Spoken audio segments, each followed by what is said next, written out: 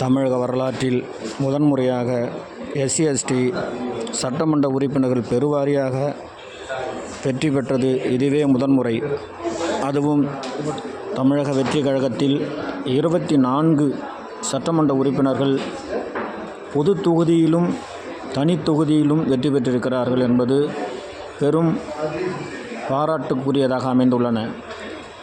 மற்றபடி திமுக, அதிமுக, விடுதலை சிறுத்தைகள், CBI, CPM என்று அனைத்து கட்சியும் ஒன்றிணைத்து பார்க்கும் பொழுது மொத்தமாக 46 சட்டமன்ற உறுப்பினர்கள் தலித் சமூகத்திலிருந்து தேர்ந்தெடுக்கப்பட்டிருக்கிறார்கள்.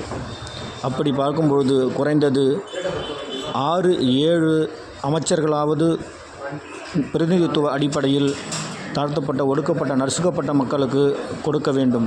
இதையும் தவேக கட்சி நிறைவாக செய்தால் எவராலையும் அசைக்க முடியாத ஒரு கட்சியாக தமிழகத்தில் பரிணாமம் பெற்று மற்றும் பல மாநிலங்களுக்கு